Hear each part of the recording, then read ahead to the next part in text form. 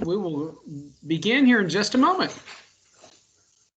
All right, Berthina just put in the chat, if you would put your name and the school your children attend in the chat window, just so we could see who all's here. I mean, we can see through the participant list, but it's more fun to do it this way.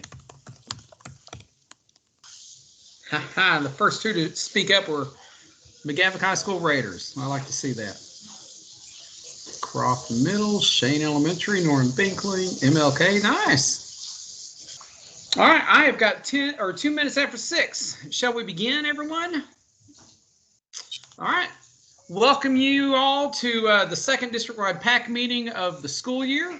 I'm just going to do some general introductory slides, and then we will get into all the agenda. Just as a reminder, these are your PAC officers for this school year. BB Hines is our PAC chair. My name's Kevin Walker. I'm your vice chair. Don Johnson and Dr. Berthina Nava McKinney are our secretaries. And Berthina also is doing some heavy lifting around recruiting and resourcing our cluster coordinators. So we are here. You can see the email address if you want to reach out to us. The Parent Advisory Council, again, if you're new to this, that's just what our purpose is all about. We're wanting to increase communication between parents and MNPS in a nutshell. We're trying to make sure that we've got some ways for feedback to go back and forth, particularly from MNPS to hear from us as parents when they're looking and discussing policy changes and just everything going on with public education in our city. All right, next slide, please. All right, to get started tonight, here's our agenda. After I get through some housekeeping items, we're going to have about 15 minutes with the executive principal from Glencliff High School. We're going to learn all about Glencliff. We're glad to have him and on the call tonight. We're excited to learn more about Glencliff, a really historic high school, and looking forward to hearing more about the Colts. Don Johnson is going to go over our nomination committee, even though it is November. The school year is almost halfway over, which means we're going to be having an election sometime next year for next year's PAC officers, and Don's going to go over that. Then we're going to have some breakout rooms. You can choose one of these 4 topics. Go to a breakout room around discussing quarantine issues and COVID. A breakout room around SSO procedures, SSO standing for School Support Organizations. So your PTO, your booster programs for athletics and arts programs, all those parent and resource organizations that are helping local elementary, middle, and high schools. We want to have a conversation around the procedures in place for those. The third breakout room, as you can see there, is around 5th grade transitioning back to elementary school. You'll have an opportunity to hear from folks and discuss that. And lastly, the MNPS Family Engagement Team wants to discuss their family engagement policy. We want to have some folks on the call for that to get some feedback to them. We'll be wrapping it up with upcoming PAC events and closing things out at the end of the call. And we do have a hard stop at 7:15. There is a typo here. Officers will not be staying on the call at the end. We do have a hard stop at 7:15, so we do apologize for that, but we will be sharing with you how to reach out to us. Next slide, please. All right, just so that we're aware, particularly when we get into our breakout rooms, we agree together that we're going to share talking time. No one person is going to dominate the conversation. We really want to be focused on solutions to help us make progress. We want to be focused on solutions to give and brainstorm with MNPS, not just focusing on and sharing what the frustrations are. We want to keep our responses focused on the topic. So if you're in the breakout room around 5th grade, let's stay focused on 5th graders transitioning back to elementary school. If you want to speak up, there's a hand icon you can use. Please use that. Particularly with a large meeting, please mute yourself and listen while others are speaking. We don't want to have a lot of background noise going on. Expect and accept that we can't discuss everything in this conversation. The conversations will continue. This is just one step in that journey. And finally, everyone's perspectives and participation are valued. That's why we're here. That's why we want to have you on the call tonight. So just some quick meeting agreements. Any questions about that before I hand it off to BB Hines? And you can either unmute and ask or just drop it in the chat. Okay, BB, it's all yours now. Thanks, Kevin. Hi, everybody. Next slide. Thank you for coming tonight. We appreciate you spending your evening with us. Our goal is to continue to educate our parents, keep you informed, keep you up to date, and also be a resource, additional resource for you. The other thing that's important to us too is creating connections with other parents. I think it's a good idea to get to know parents in your cluster or parents in other neighborhoods. Just being part of the MMPS family, I think it's important. Someone who's here with us tonight who's is really important to our Glencliff cluster is our school board member, Ms. Frida Playa Peters. She is the school board member for District 7, and she is going to talk for a few minutes. So, Ms. Frida. Thank you so much for having me. I'm so glad that the Parent Advisory Council is here. That first of all, that you exist, because we really need parent involvement and voice in schools. And I know sometimes that voice is not always easy to be heard, but the fact that you guys organize and collective is very valuable. So thank you for existing and being and advocating for your own children and for all children of MMPS. I have the distinct honor to represent the best principal in the whole wide world of my cluster, Mr. Clint Wilson. I got to know Clint when he offered to give a tour of Glencliff High School and absolutely admired him. You can tell that he's been an educator for 24 years. He's a Nashville native, so he knows in Nashville inside and out. He's a he's a child of 2 former Metro teachers, so he understands education. It's literally in his blood, and he spent over 19 years in administration. And what the great thing about that, and 13 executive principal, is that he's trained other assistant principals that actually all gone on to succeed him to be principals in other schools, even our own Dr. Adrian Battle. So that's how great of a leader that he is, that he trains other leaders and he does not get the credit for it. So I want to brag on him about that. And he really does have a passion for every student. When he took me on a tour of Glencliff, I can tell his genuine love for the students that are there and being a fierce advocate and being very truthful and speaking truth to power. And I think that's something that's needed for our children. And that's why I'm proud. And he's one of my favorite principals, of course, because of that. And so he has a great wife, and God bless him. He is the father of 4 children. So he's an awesome girl dad. So yay, girl dads. We'll get him a pet that's a male to help, give him a little bit more testosterone in the house. And one of his passions is cooking. So I really hope that you get to learn a little bit more about Glencliff, because Glencliff is a very special school. We always don't get the spotlight that we do, that we deserve. But one of the things my goal and advocacy is to highlight the wonderfulness and the great diversity and the passion that Glencliff students have, and that the rest of the district sees our talents and our gifts, and that they get the attention that they deserve. So I'm going to hand it off to Clint Wilson, the executive principal of Glencliff High School, to tell us more about our great schools, and more importantly, how you can help us advocate to make sure that we get the best resources, to make sure that all kids from all different backgrounds and our great diversity is highlighted and that are taken care of. So Clint, I'm giving over to you, sir.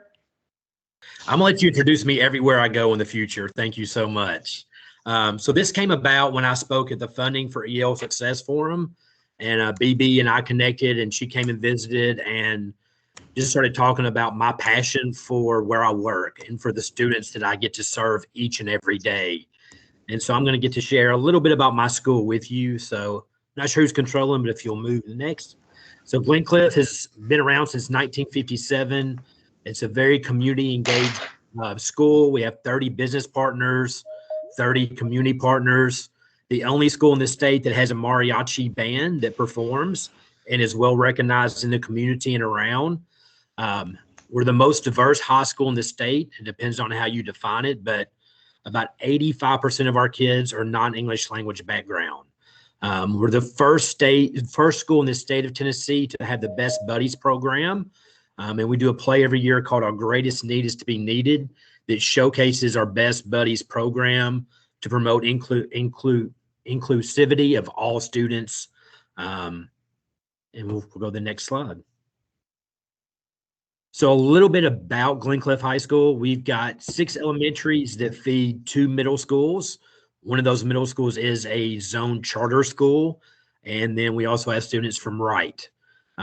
We have 4 academies, which I'll share with you in a few minutes. When I started 11 years ago, we were about 38% Hispanic. As of this, we are about 68% Hispanic, 13% white. That includes our Kurdish, our Egyptian, our Arabic students. We're about 16% Black. That also includes Sudanese, and 3% Asian. We have the highest male population of any high school zone in the district, about 57% male, which can have its own challenges in and of itself. So I get the testosterone here at school if I don't get it at home with 4 girls. We have about 25 languages spoken and students from 30 different countries. Next, please. I'm not sure why the top of this didn't show, but this is once again just our demographics broken down. The left, the main green is our Hispanic population. But if you look at the right, I think this is very unique. The green is the percent of our students that are English language learners. We passed 50% for the first time this year. 58% of our entire school are English learners. There's not another high school, I think, in the 40s in the state. So we are kind of an outlier in a district that's an outlier when it comes to supporting our EL students. Next, please. So we have a lot of activities. We actually have a basketball game going on tonight. But one of our goals is to make sure every student is involved and engaged. We feel that an involved and engaged student creates a well-rounded student that's prepared to take on life and career, which is part of our mission. So our goal is to prepare them. So we have Best Buddies, DECA, Escalera, Mariachi, team parent support groups, YMCA, Latino Achievers, and Black Achievers. And then we have pretty much all of your standard high school sports. Next, please. So we have 4 academies. They are the Freshman Academy for all freshmen. Then after your freshman year, those of you familiar with high school, you kind of determine what pathway you want to go down. So we have the Academy of Health and Hospitality, the Ford Academy of Business and Innovation, and the Academy of Agriculture, Automotive, and Technology. So to keep them short, we have FA, FABI, and AT. So that's kind of the language we use here at our school. Next, please. So the Freshman Academy is all about setting a foundation. So right now, about 70% of my Freshman Academy are English language learners. We were projected to have 300 kids. We have 380 freshmen in our Freshman Academy. Our next academy is the Academy of Health and Hospitality with a focus on culinary arts and therapeutic services.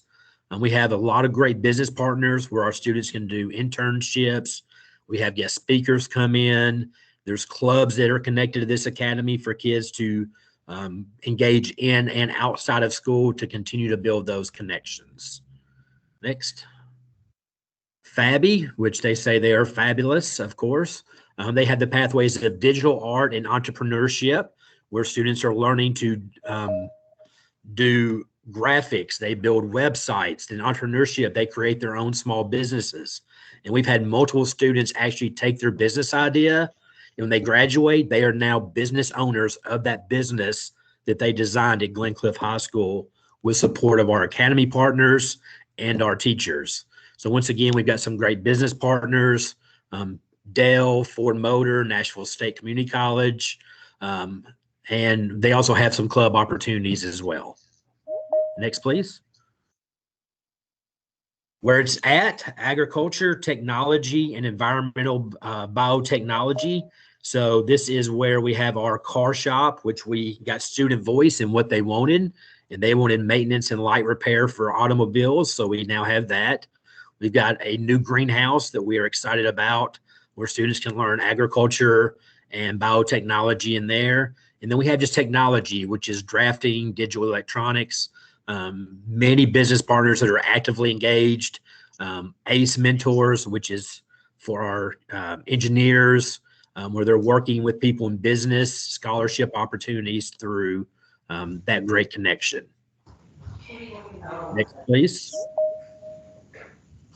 So one big thing is we are a community achieved school, and we are very proud to be. And a big part of our mission is to make sure our school, our students, and our community have everything they need for success. So we offer everything from clothes to household items, hygiene products, baby food, baby items. We do that during school hours, but often I see Miss K meeting cars outside an hour and a half after school, dropping off food and diapers. So she takes donations, and then our job is to connect that to our families in the community that might need a little bit of extra help. During the pandemic, I believe we had some of the most give outs of any school as far as food goes. We had them lined up and down the street giving out food throughout the pandemic.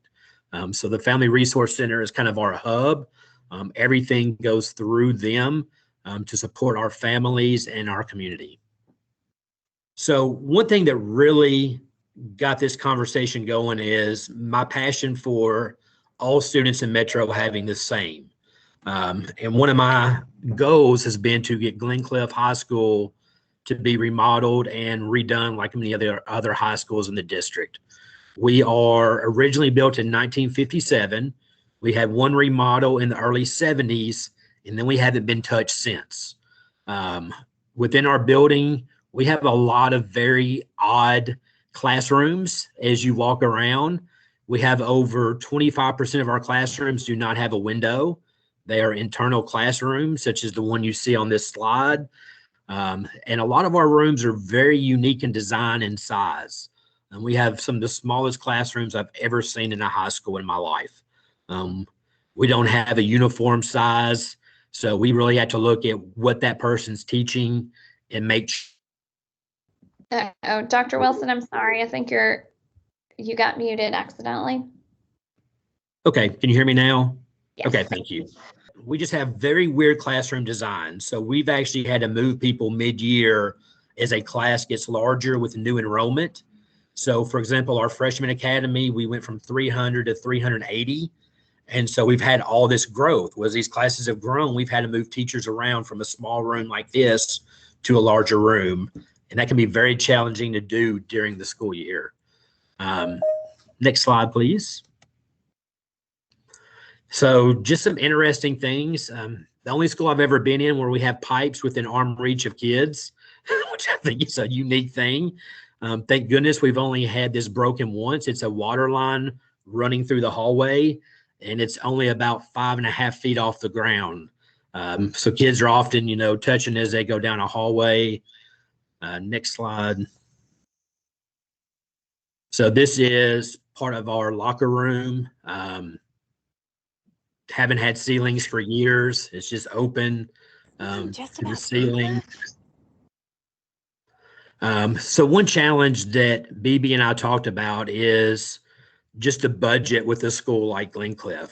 While we do receive money from the district, where we get what's called a multiplier for our EL kids, when the state has a teaching to student ratio of 1 to 35 for EL, the allotment a school like Glencliff is given doesn't even cover the teacher requirement. So I'm often pulling $200,000 to $300,000 out of my local budget just to meet the state requirement for the teacher ratio. So while we do get some money, it's a challenge of my school to really service the kids that often have the greatest need in our building and in our district. One thing I didn't mention earlier, but our school is about 28% level 1 EL. And I'm not talking about just our EL students, our entire school. If you were to take 28% of my population, they're level 1 EL. We have programs called SIFE and REAL. SIFE is for students with interrupted formal education. Those are students that are coming from out of the country that haven't been in school for 4 or 5 years, but they're 15, 16, and 17 years old. They're enrolling in high school and they're coming as a freshman. And we started the year with 0, and we have 48 today. We also have Real, which is recently arrived English learners, students that are coming late that are going to have a hard time earning credits. We've got 26 students in there. We started October 15th with 0. So we are continuing to see an increase in EL. Last year, I was budgeted for 440 EL students. We have 652 today. So a budget that's set last year doesn't hit the extra 200 EL kids that I've grown that weren't part of my budget. So those are just a lot of the challenges we face. And I think I have one more on title funding on the next slide. So this has been a challenge. The state changed several years ago how students in schools are looked at as far as Title I. They went to what's called direct certification, which if a student in your zone or parent in your zone is receiving any government assistance of any kind, that kid is kind of earmarked for money through Title I. But when a school like us is looked at, and we've estimated 35 to 45% of our students are undocumented, they don't receive direct services. So when you're looking at title funding, our percent continues to drop, even though the need rises, but they're not part of that number at the end of the day. So in my time at Glencliff, we've seen about a $350,000 budget cut because of how the state now certifies our EL students that are undocumented. So one thing that anybody can do, and it's not always big things that make an impact in the school. I'm amazed every day at the small little things that make a difference in one of our kids' lives. So it can be you dropping any used coats or clothing or household items. We always have a need for car seats. So if you've got a kid moving out of one, you're welcome to drop that by our school, and we'll get that to a family that has that need. So we've got an icon there you can actually scan to donate. We'll be at the school board meeting in a few weeks where some students will proudly represent our school. We've got our Winter Art Festival where if you're in the neighborhood, you can come by and see the work of our kids. You can attend a basketball game. If you want to go above and beyond, you can become a Tennessee Promise or a school mentor where you just adopt a kid.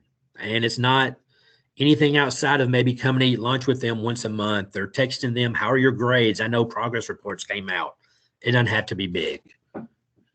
So there's a lot of ways to stay connected with this. You can do Twitter, Facebook, and I think that about wraps me up. Do I have one more slide maybe? Yeah. So the outcome we want is providing opportunities to all students, regardless of where they came from or their background. Our vision is to give every student a better tomorrow than today. And there's my contact and my academy coach's contact if anyone has questions. And I think I finished with about 5 seconds to spare. Thank you, Principal Wilson. We appreciate your time today. I have adopted Glencliff High School. I did not graduate from a high school in Nashville. My high school is in Pittsburgh. So because of that, I have adopted Glencliff. They're down the street from my house. And I suggest to people who, if you are not born in Nashville or even born in the States and you're looking for a high school to adopt you, I would recommend going to meet principals to see if maybe you can become part of their family. It's a huge American culture to be part of your high school that you graduated from. And so if you don't have that, this is a great chance. So thank you, Principal Wilson. His contact information is on this page, so feel free to reach out to him and to follow them on social media. We're going to hop right into the next topic, which is has nothing to do with Glencliff High School. Nomination committee. All right, Dawn. Yes, thank you. Mr. Wilson, in the questions, we had one question for you if you are still able to respond. Somebody wanted to know, did Glencliff ever have a student-run restaurant? Yes, and we still do. So we're open. We'll be open at some point once COVID's gone on Wednesdays. But the community is welcome to come. We've had businesses do business lunches. So once COVID and our schools open up fully, that'll be up and running for the community again. Oh, thank you. What a wonderful resource in the community. So I can't wait to see that. So next slide, please. As the nominating committee for the PAC officers, we need to begin our search for committee members. So the committee itself will consist of 3 to 5 current PAC members. And those current PAC members are defined as members that are a school representative or a cluster coordinator. So we'll have to dig into our current members to find this committee. Unfortunately, if you are employed by MMPS, you are not eligible to serve on just the nominating committee. You can, of course, be any other PAC responsibility. You can be part of our membership, a cluster coordinator, just not on the nominating committee itself. The members of the nominating committee are also not eligible to run for office. So if you're planning on running to be a PAC officer, either our PAC chair, vice chair, or secretary, you don't want to get part of the nominating committee because we'll have to replace you as you put in your commitment to be part of the PAC. We have just about a month and a half to find our committee members. We will be announcing and approving those committee members on the January PAC meeting.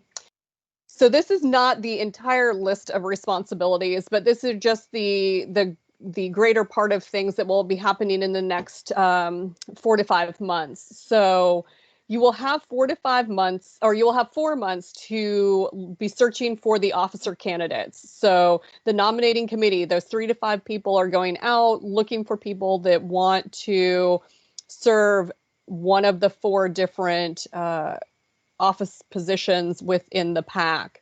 And then there are a lot of responsibilities as they relate to the May election process.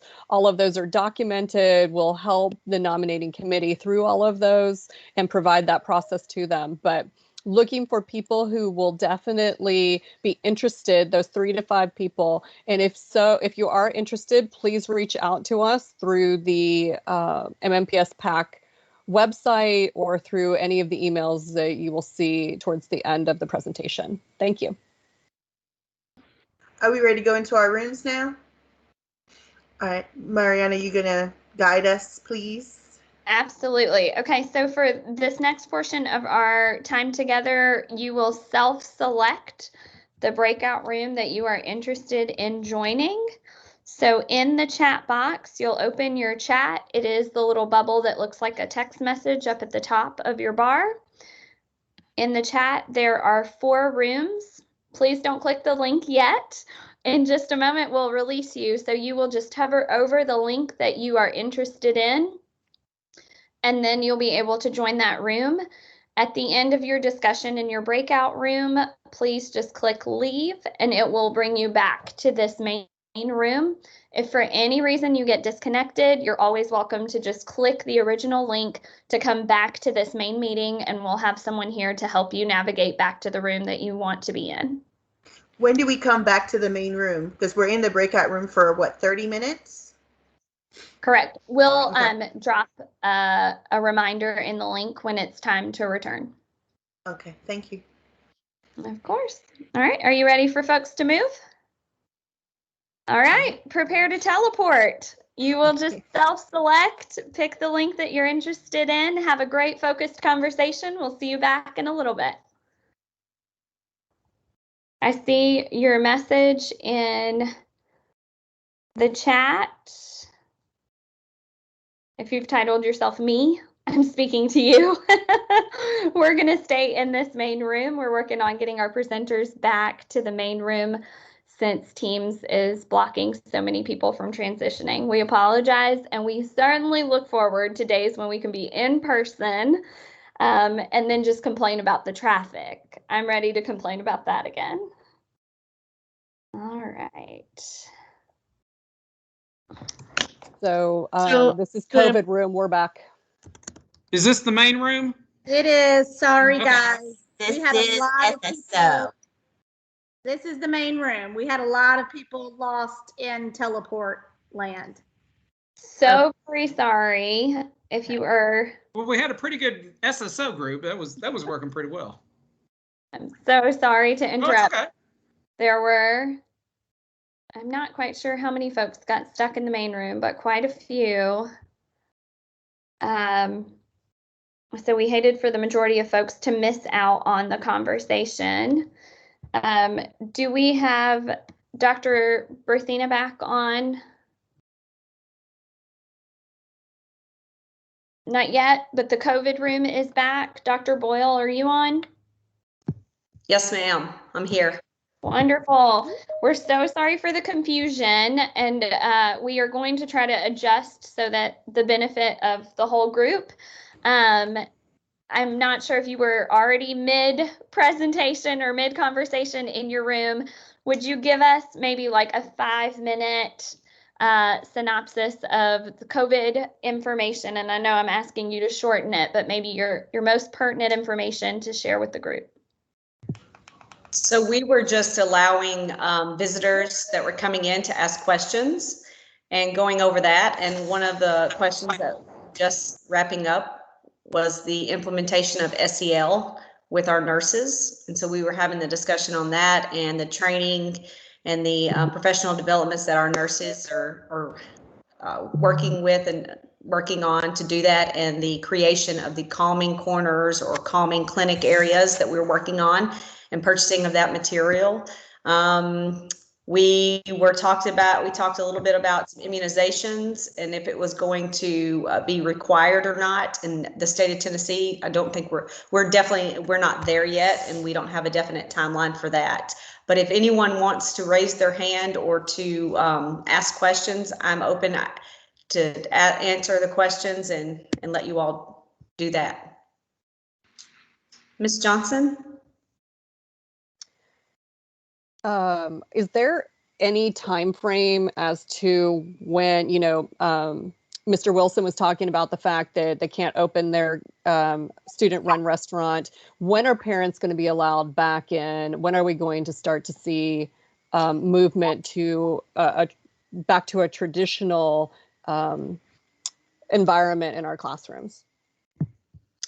So I think that we will start to begin to see that soon. I think that is actually a better question for executive staff to answer, but I do want to let you know that we are starting to see some movement towards that because we have been talking with the Metro Public Health Department and reviewing the most recent bill that just came out. And so while our students who test positive will continue to isolate for 10 days, the students who are going to be close contacts will no longer be required to quarantine due to the new legislation.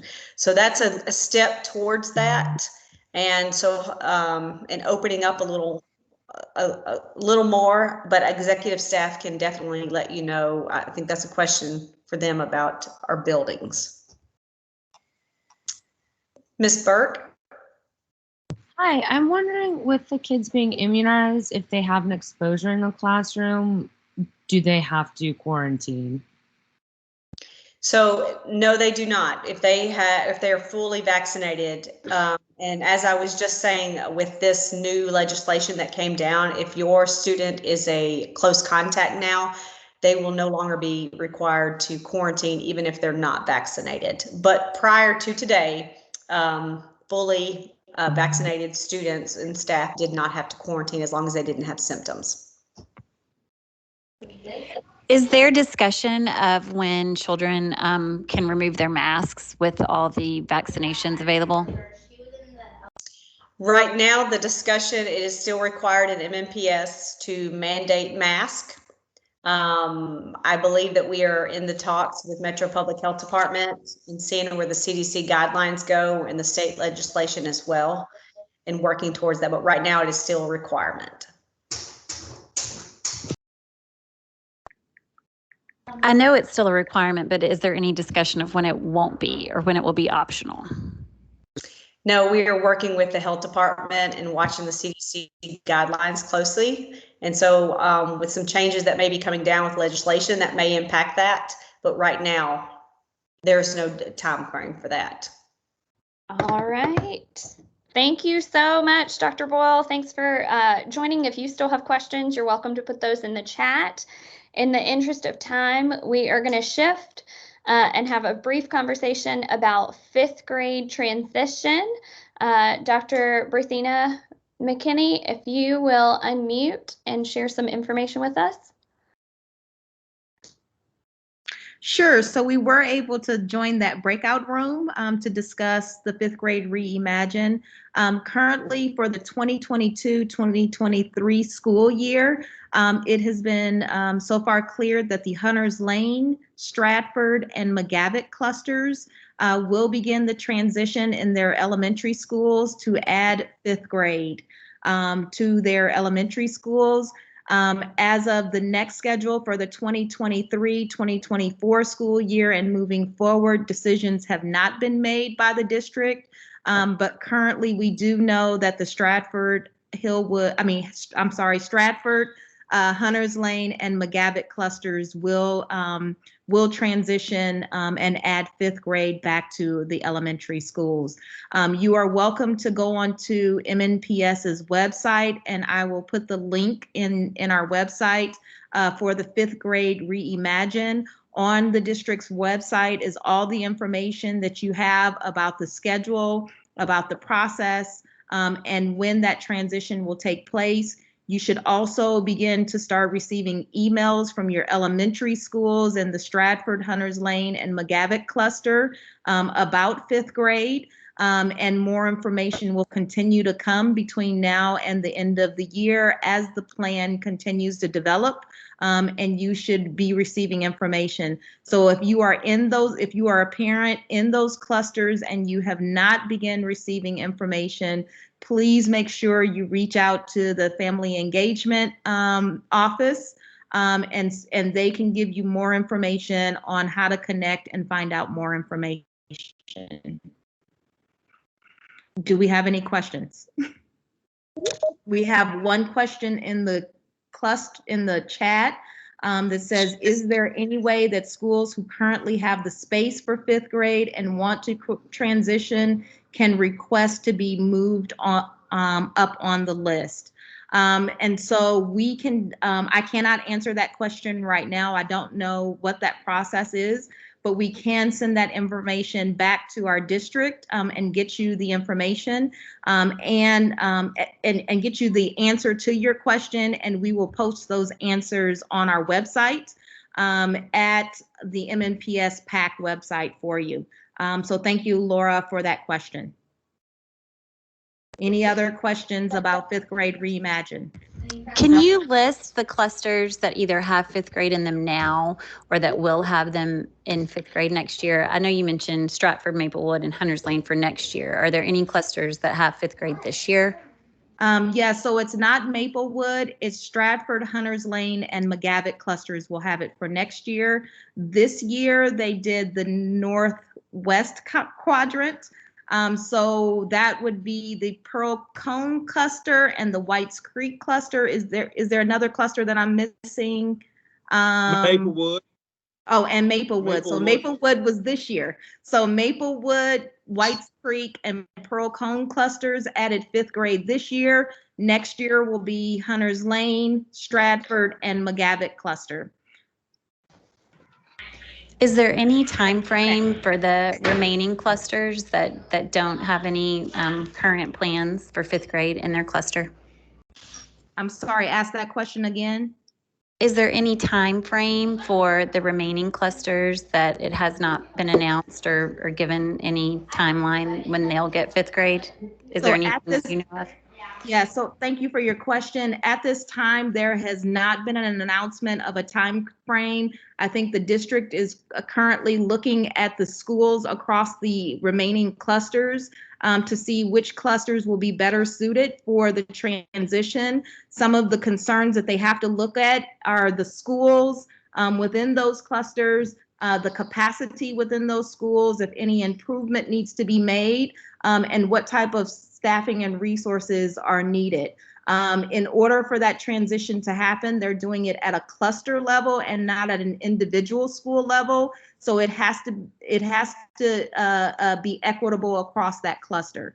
And so right at this time, information has not been sent out, but we will get if there is, we will get that question answered and we will post that information onto our website. I'm Last question, thanks.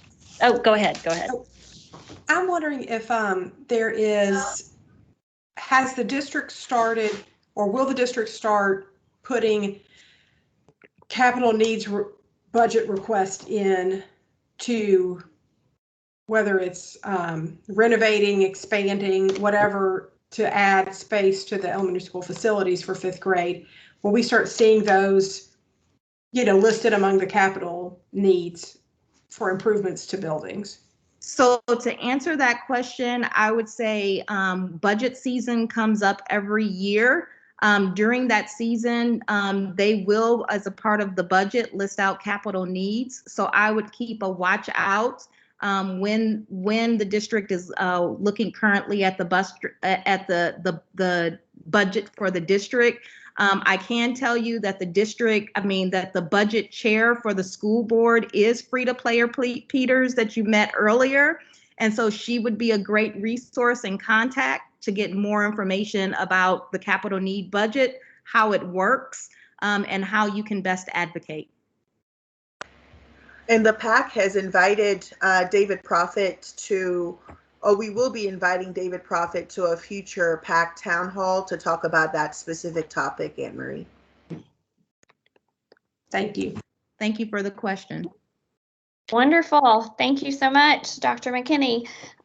We are going to move to our next topic, but if you have continuing questions, feel free to put those in the chat. If we could hear from Mr. Mike White on the MMPS family engagement policy. We might have lost him in teleporting. Okay, we'll move to our SSO team. Are you guys back? I'm here. Yes, ma'am. Wonderful. Sorry, my view went wonky for a second. Would you be able to share with us and then open up the floor main points for SSOs? Well, we were actually in the midst of Kevin Walker asking us a question about, I know a lot of the SSOs or parents that are part of SSOs have questions in regards to facility use. I did want to say that facility use is a separate department from the school audit team who handles SSOs. And a lot of the questions that's pertaining to the insurance or using MMPS buildings, all of that has to do with Metro government policy and procedure that MMPS just follows. What I recommend to you all, because there's nothing that my team can do in regards to that because we don't handle facility use. My recommendation to you is that you reach out to the facility use department. Tamikia Taylor White is the coordinator for that. And she would be able to take more of your questions and answer, the questions in regards to, maybe brainstorming on what MMPS could possibly do to talk with the Metro government and, hear your concerns in regards to that.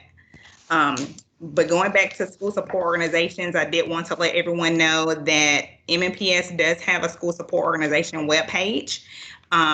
And on that page, you can find any resource in regards to school support organization.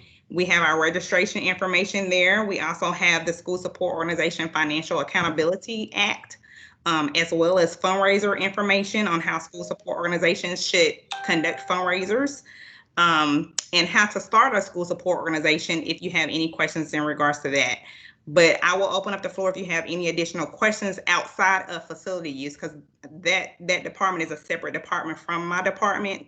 So I can't really answer any additional facility use questions.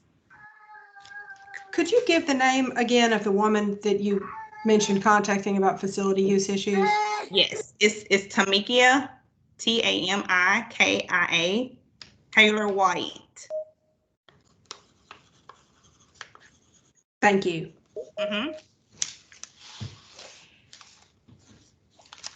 I've got another question about all this, if y'all don't mind. Have y'all ever thought about doing a workshop for people like? So I'll tell you, I'm one of the PTO presidents at Hillsborough High School, and we benefit from the PTO having been around for several years, and so there's sort of a kind of a binder of do this, do this, do this, do this. right? And so that's very helpful because the process, others have done the process before, and the knowledge kind of gets passed down. I have friends that are trying to start PTOs at schools that haven't had one in years, and they're finding the process super daunting, right? Because they're kind of reinventing the wheel at their school rather than being able to rely on what people have done before. And some are just throwing up their hands and walking away from it. And I know that's not what anybody wants, right? I mean, we want parents in the district to be involved, be supportive, and have that vehicle. And so I would just suggest that if there was some sort of workshop or what things that the district can do to kind of facilitate, let's sit down and help you go through this, rather than like just reviewing it, if that makes sense, kind of proactively assisting. I think that'd be wonderful. So you want like a workshop to go over like the steps of how to become a school support organization? Is that what? Yeah, I just know some people that are trying to get a PTO off the ground, and I think it would be helpful if there was like, we're having a workshop, we're having a Zoom, we're having a whatever to kind of help talk people through the process and say, here's how we'd like to help you get through these forms, get through these hurdles. We're available to answer your questions, that sort of thing. Okay. Well, we'll take that feedback and see if we can, get something together, and maybe even, because of course we have some groups that are PTA, we have some groups that are PTOs, so we can see if we can try to get like the PTA representatives to come and assist with those that want to be PTAs. Of course, there's no particular representatives for PTOs, but we can possibly, help talk through, how they need to start that process. Thank you. Mm-hmm. Any other questions? I think Kevin has his hand up. Kevin? Yeah, I just building on what Anne Marie was saying there, Toronto's that it would be, and I'd be willing to engage in the conversation. Sounds like Anne Marie would as well. Is just to work with your team around how do we streamline it? How do we communicate it? How do we get how do we balance the responsibility alongside being an incubator for parents being engaged in schools here? And like that one thing that she just suggested there, I think would be helpful, because that stuff would be applicable whether it's PTO, PTA, a band booster group, just a football booster group, the mariachi booster group, if there was one over there at Glencliff. It's just, we'll have these same boundaries that we have to do in terms of the paperwork and getting approved and doing all that.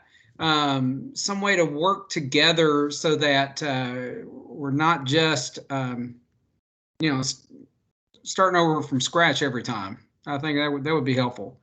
And Laura, I think you're exactly right. I agree with you there. I mean, I remember. I don't know if you were doing this training, Toronto, but there was a SSO training I was at, and one of the wealthier public high schools, I think it was one of our bank schools, said, is a prudent reserve for a PTO like $25,000 or $30,000? And I remember thinking, if we could have $25, we would be, we'd be kicking it. But anyway, I would love to have that conversation with you guys around just how do we help this process be an incubator for parent involvement in schools, not just being a barrier, as like Anne Marie was discussing there. Yeah, we did have a session before pre-COVID where we did do a training for school support organizations. We had 2 different, I think, timeframes that we did at the Wellness Center. So we'll try to, do something like that again to bring that back. And I'll have to try to, coordinate something so maybe we can have the facility use department there. I can speak to, Tamikia at that time and ask her any questions that you have, and we'll try to get something together. Yeah. And what Ashley Gish just suggested doing Slack or a Facebook group, since you guys are y'all know all the PTOs, I mean, y'all would be a great resource for pulling together a Facebook group or some kind of networking group for all of the high school PTOs. I mean, it would be I would love to be able to engage in a conversation with the PTO leaders at Hume Fogg and Anne Marie over at Hillsborough High School and all the other high schools to figure out what are they doing and how they're doing it. And that would just be incredibly helpful if we could see this evolve into a more networking and support process as well. And I think for that wouldn't be something that my office would facilitate. We just don't have the staff to do something like that. But what we possibly could do is maybe have certain leaders of certain organizations y'all be kind of like the lead, people in a group to actually facilitate an MMPS school support organization, Facebook, if that's what you guys want to do, to chat with each other. But again, I would have to also check with the communications department to make sure that we're following whatever the MMPS policies and procedures are in regards to, social media, and making sure that they're okay with something. Oh, sure. Yeah. Yeah. And again, thinking big picture here now, if we were with the audit group, family engagement group, if there was to be if MMPS was to sponsor some kind of SSO summit that on a Saturday where we could invite the SSOs from around the city to network together. And then we in person then could start generating some of these connections and come up with some way to make that happen. Part of the challenge there is that we just don't know each other, that we don't exist, but you guys could serve as a catalyst to bring us together so that we could then network and support one another. Kevin, if I could, I'm sorry. Go ahead. I did want to interject because Kevin and I have been parents with children in the district for a while. So I've known Kevin for a long time. Oh, yeah, we have. Yeah. Advocator for our schools and our students. So he and I have talked for quite some time. And like you said, Teron and I have actually gone out to McGavick and done training, and we've done multiple trainings every year. And Taronda has done a great job over these last 2 years, really creating a step-by-step process on the MMPS SSO website. We also have an MMPS SSO organization email address. So anytime you have questions, please, utilize that. But it seems like when I'm reading in the chats that there are some people saying that there may be PTA people throwing their hands up. And I just wanted to remind everyone that there is a local PTA office here in Nashville. So if you do have PTAs or PTSAs, they also are a good resource for you to be able to utilize locally. So just wanted to throw that out there too. I love it. Okay, I'm just pushing. Can I just add one last? Stopping this conversation, just pushing pause on this topic. Okay. I love the great synergy. These are great conversations. I'm going to bring us back to our norm that sometimes we have to accept non-closure. So we didn't wrap up this portion. We'll talk about it at a future date, but I know that Kevin will be following up with you guys and just continue thinking about this. This is so great. I want to make sure we have a couple of minutes for Mr. Mike White to share. Mike, if you are on, if you'll unmute and turn your camera on, we want to make sure we hear brief information from you, sir, on the MMPS family engagement policy. They may still all be hanging out in that room. Okay, we will have to see if we can maybe get information from Mr. White at another time. I'm not seeing him in the main room now. Okay.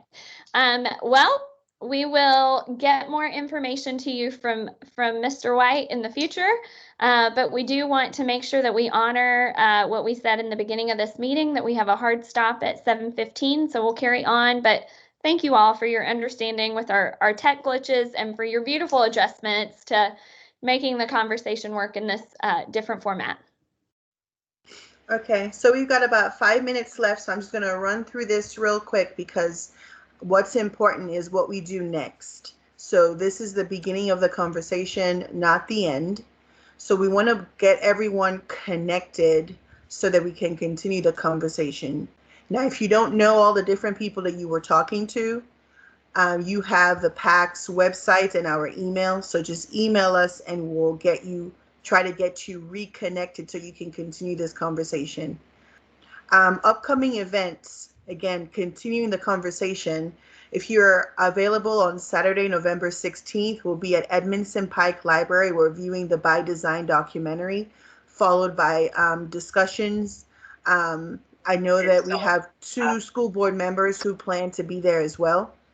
On November 23rd, the day before we go on break, we have the PAC Town Hall meeting at 4 p.m. At that meeting, we're going to be asking Dr. David Williams and Dr. Springer questions about academic support and SEL support for our MMPS children.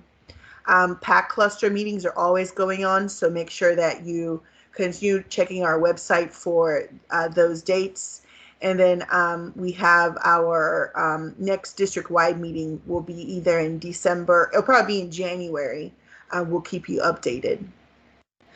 This is our email and our website, so you can email us anytime. We have people monitoring the email account. Our website, we try to keep that up to date. And Facebook and Twitter, we try to keep that up to date as well. So again, like we said, this is not the end. This is the beginning. This meeting, hopefully we had someone taking some notes for the entire meeting. So we will post the meeting minutes on our website. We actually have the minutes from the previous meeting on our website as well. If you haven't checked it out, it's there.